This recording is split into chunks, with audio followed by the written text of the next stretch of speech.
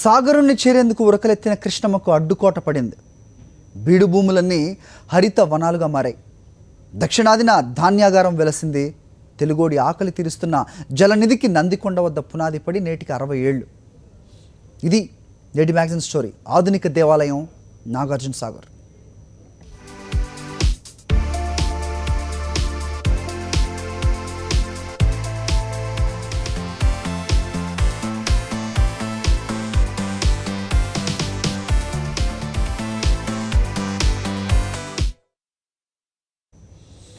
చెంతనే కృష్ణమ్మ ఉరకలు పరుగులతో బంగాళా సముద్రం దిశగా వెళ్తున్నా ఆ నీటిని చూస్తూ ఆనందించడమే తప్ప ఆ ఉరకలకు అడ్డు వేయలేని దైన్యం తెలుగోడిది.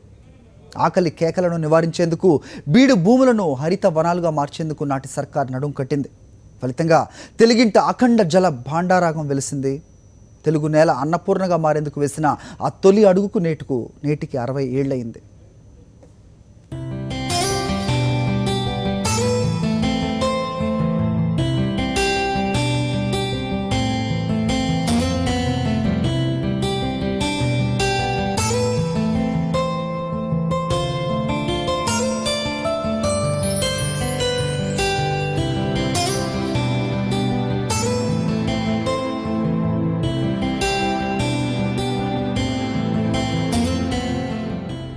నీరు నాగరికతకు దగ్గరి చుట్టం.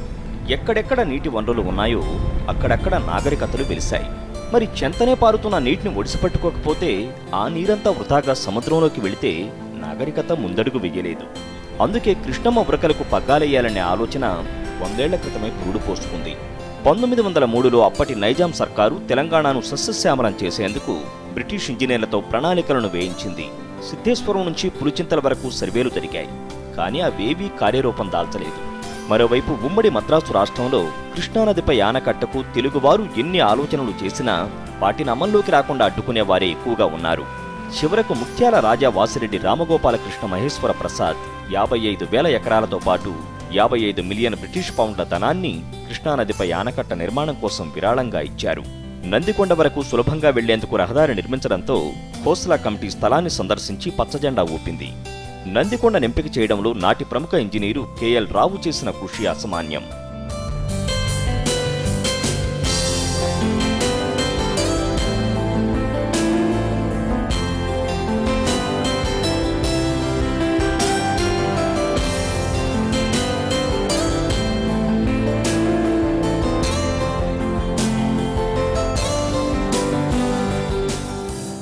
దేశంలో ఆహార కొరతను తీర్చేందుకు భారీ డ్యాములే అవసరమని నాటి జవహర్లాల్ నెహ్రూ ప్రభుత్వం భావించడంతో నందికొండ ప్రాజెక్టుకు కేంద్రం సుముఖత వ్యక్తం చేసింది. 1955 డిసెంబర్ 10న నందికొండ వద్ద నాటి ప్రధాని జవహర్లాల్ నెహ్రూ పునాది రాయి వేశారు. అది జరిగి నేటికి సరిగ్గా 60 ఏళ్లు.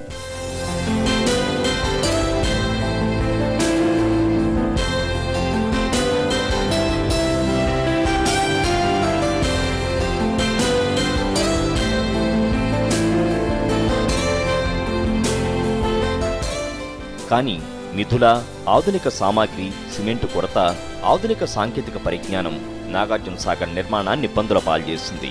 1956 ఫిబ్రవరిలో సాగర్ నిర్మాణం కాస్త ఊపందుకుంది. సమీప పట్టణం మాచర్లలో ఓ సిమెంట్ కర్మాగారాన్ని నెలకొల్పి రైల్వే లైను వేశారు.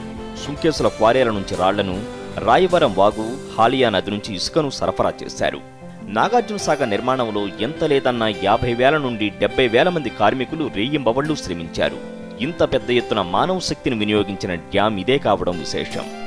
ఆధునిక దేవాలయంగా నెహ్రూ అభివర్ణించిన నాగార్జున సాగర్ నిర్మాణం 11,472 మిలియన్ క్యూబిక్ మీటర్ల నీటి నిల్వ సామర్థ్యంతో ఆరంభమైంది.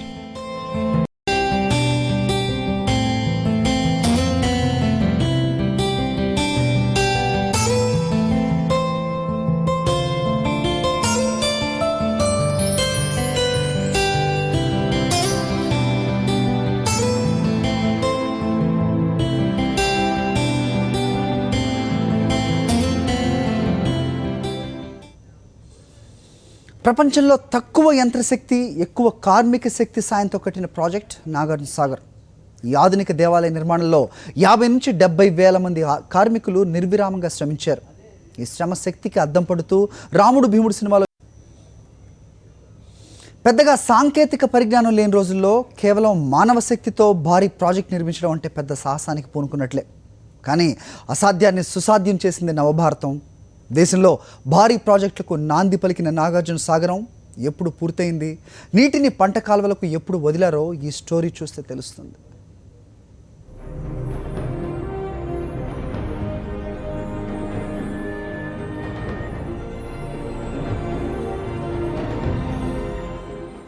భారీ ప్రయత్నం తల మీదకు ఎత్తుకుంది నవభారతం. ఓవైపు ఆంధ్ర రాష్ట్రం, మరోవైపు హైదరాబాద్ స్టేట్ నడుమ వారధిగా నందికొండ సమీపాన నాగార్జున సాగర్ కు పునాది పడింది. అయితే డ్యాం నిర్మాణం మాత్రం ఉమ్మడి ఆంధ్రప్రదేశ్లో జరిగింది. ఈ భారీ ప్రాజెక్టు నిర్మాణం పూర్తి చేసుకునేందుకు 12 ఏళ్లు పట్టింది. ఈ డ్యాం గణాంకాలు ఇలా ఉన్నాయి. లోతైన పునాది నుండి డ్యాం ఎత్తు 490 అడుగులు కాగా పొడవు 1.6 కిలోమీటర్లు. 6 అడుగుల మందపు గోడతో డ్యాం నిర్మాణం చేసుకుంది. ఈ డ్యాంకు 26 ఫ్లడ్ గేట్లు అమర్చారు. ఈ డ్యాం 45 అడుగుల ఎత్తుతో 42 అడుగుల వెడల్పుతో నిర్మితమైంది. ఓ ఆధునిక దేవాలయం నిర్మాణానికి 12 ఏళ్లు పట్టాయి. నాటి ప్రధాని ఇందిరాగాంధీ 1967లో నిర్మాణం పూర్తి చేసుకున్న ఈ ప్రాజెక్ట్ నుండి ఎడమ, కుడి కాలువల ద్వారా కృష్ణా నీటిని పంట పొలాలకు అధికారికంగా వదిలింది. తద్వారా నాగార్జున సాగర్ ప్రాజెక్టును జాతికి అంకితం చేసింది. ఆ తర్వాత నాగార్జున సాగర్ డ్యాం చెంత హైడ్రో పవర్ ప్లాంట్ నిర్మాణం చేపట్టారు. 1978లో మళ్ళీ 1985లో ఈ జల విద్యుత్ ప్రాజెక్ట్ సామర్థ్యాన్ని అదనపు యూనిట్ల నిర్మాణంతో పెంచారు. బీడు భూములను సస్యశ్యామలం చేయడమే కాకుండా గుడ్డి దీపాల వెలుతురు స్థానంలో విద్యుత్ కాంతులను నింపింది నాగార్జున సాగరం.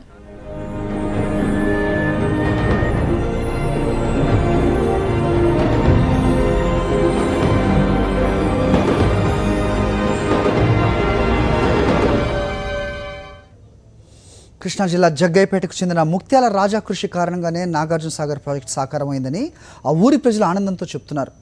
సాగర్ ప్రాజెక్టు రూపకల్పనలో రాజావారు కీలక పాత్ర పోషించారని, దాని ఫలితంగా బీడు భూములు పచ్చని పొలాలుగా మారాయని వారు ఆనందంతో అంటున్నారు. సాగర్కు పునాది పడి 60 ఏళ్లైన సందర్భంగా వారు రాజావారికి నివాళులర్పించారు. నందికొండ వద్ద నాగార్జున సాగర్ ప్రాజెక్టు నిర్మాణానికి పునాది పడి 60 ఏళ్లయింది. సిద్ధేశ్వరం నుండి పులిచింతల వరకు అనేక సర్వేలు జరిగిన కృష్ణా నదిపై ఆనకట్ట పనులకు కేంద్రం పచ్చజెండా ఊపకపోవడంతో ముక్త్యాల రాజావారే స్వయంగా రంగంలోకి దిగారు. తన సొంత ఖర్చులతో నందికొండపై సాగునీటి ప్రాజెక్టును చేపట్టేందుకు రిటైర్డ్ ఇంజనీరింగ్ నిపుణులతో ప్రాజెక్టు నివేదికను రూపొందించారు. ఈ నివేదికను కేంద్ర ప్రభుత్వానికి సమర్పించడం ద్వారా ప్రాజెక్టు రూపకల్పనలో కీలక పాత్ర పోషించారు. అయితే అప్పట్లోని మద్రాసు ప్రభుత్వం పెన్నారు ప్రాజెక్టుకు సుముఖత వ్యక్తం చేయడంతో పాటు కృష్ణా ప్రాజెక్టుకు అనేక ఆటంకాలు కల్పించిందనే ఆరోపణలు కూడా ఉన్నాయి. ముక్త్యాల రాజా కృషి కారణంగా దట్టమైన అడవుల గుండా నందికొండ వరకు రోడ్డు పడింది. ప్రణాళికా సంఘం ఏర్పాటు చేసిన ఖోస్లా కమిటీ నందికొండకు రాగలిగింది. ప్రస్తుతం ప్రాజెక్ట్ నిర్మించిన ప్రాంతంలో ఖోస్లా కమిటీ పర్యటించేలా ముక్త్యాల రాజావారు కృషి చేశారు. తర్వాత తెలుగు ప్రజలకు మేలు చేసే ఈ ప్రాజెక్టును చేపట్టేలా అప్పటి గవర్నర్ త్రివేది ద్వారా నెహ్రూపై ఒత్తిడి తీసుకువచ్చి ప్రాజెక్టు రూపకల్పనకు బీజం వేశారు.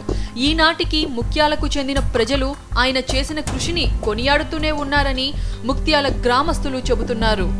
రాజాగారు సాగర్ ప్రాజెక్టు కొరకు ఆయన మామూలుగా అక్కడ నీళ్లు ఇది లేనప్పుడు అడవుల్లో జీప్ వేసుకొని మామూలుగా వెళ్ళి అదంతా తిరిగి మామూలుగా రోడ్డు ఇంత ఆయన సొంత డబ్బులతో కొంత రోడ్లన్నీ ఎడల్పు చేసుకొని కొట్టుకుంటా పోయి సాగర్ ఏరియా చూసి కేఎల్ రావు గారు వారి ఆధ్వర్యంలో మొత్తం అదంతా చేసి ఆయన సొంత డబ్బులు బోళ్ళంత ఖర్చు పెట్టి ఇదంతా మామూలుగా అడవినంతా చూసి నాగార్జున సాగర్ ప్రాజెక్టుకు ఆయన మొత్తం దీనికి డెవలప్ చేసిన ఆయన సొంత నిధులతో దాదాపు బోళ్ళంతా అప్పుడే 50 లక్షలు 60 లక్షలు ఖర్చు పెట్టుకున్నాడు సొంత డబ్బు. మేము మా చిన్నతనం నుంచి ఇది ఏరియా అంతా బాగా డెవలప్ చేశారండి. ముత్యాలరాజయ్య గారు ఈ నాగార్జున సాగర్ సందర్భం కంటే ముందు ఈ పులిచింతల డ్రామా కోసం ఆయన కృషి చేసి పేపర్లు వేసి అన్నీ వేసి కరపత్రాలు వేసి కాగితాలన్నీ వాడవాడలా తిప్పి పులిచింతల డ్యాము కోసం చాలా ప్రయత్నం చేసి కృషి చేసి ఆయన ఎస్టేట్ అబాలిషన్ అయినప్పుడు వచ్చినటువంటి పరిహారాన్ని ఖర్చు పెడుతూ దానికోసం ప్రయత్నం చేస్తున్నప్పుడు ఇప్పుడు ఘోషలా కమిటీ వాళ్ళు వచ్చి ఆ కమిటీ వాళ్ళు ఆయన్ని దానిగా సాగర్ కూడా సెలెక్ట్ అయింది. నాగార్జున సాగరే కట్టాలన్నప్పుడు కేఎల్ రావు గారు అప్పుడు ఇంజనీర్గా ఉంటే అది కేఎల్ రావు గారిది పరిటాల సొంతూరు కనుక మనకి దగ్గరలో ఉన్నారు. ఇంజనీరుని ఎమ్మటి పెట్టుకొని నాగార్జున సాగర్ కూడా పోయి చూసి కమిటీ వాళ్ళు అక్కడ దాన్ని సెలెక్ట్ చేస్తే పులిచింతల ప్రాజెక్ట్ని దాన్ని ఆపి తర్వాత నాగార్జున సాగర్ కోసం ఆయనకి ఎస్టేట్ అబాలిషన్ అయినప్పుడు వచ్చినటువంటి పరిహారం డబ్బు మొత్తం దానికోసం ఖర్చు పెట్టారు. కృష్ణా జిల్లాలో 3వ జోన్ కింద 1,00,000 ఎకరాలు సాగవుతున్నాయి. ఖమ్మం జిల్లా మీదిగా వచ్చే ఎడమ కాలువ నూజివీడు వరకు ప్రవహిస్తూ సాగర్ జలాలను జిల్లాకు అందిస్తోంది. అదే విధంగా పశ్చిమ కృష్ణలోని మొత్తం 20 మండలాలకు సాగర్ నుంచి సాగునీరు అందుతుండటంతో ఖరీఫ్లో వరి సాగు విస్తీర్ణం గణనీయంగా పెరిగింది.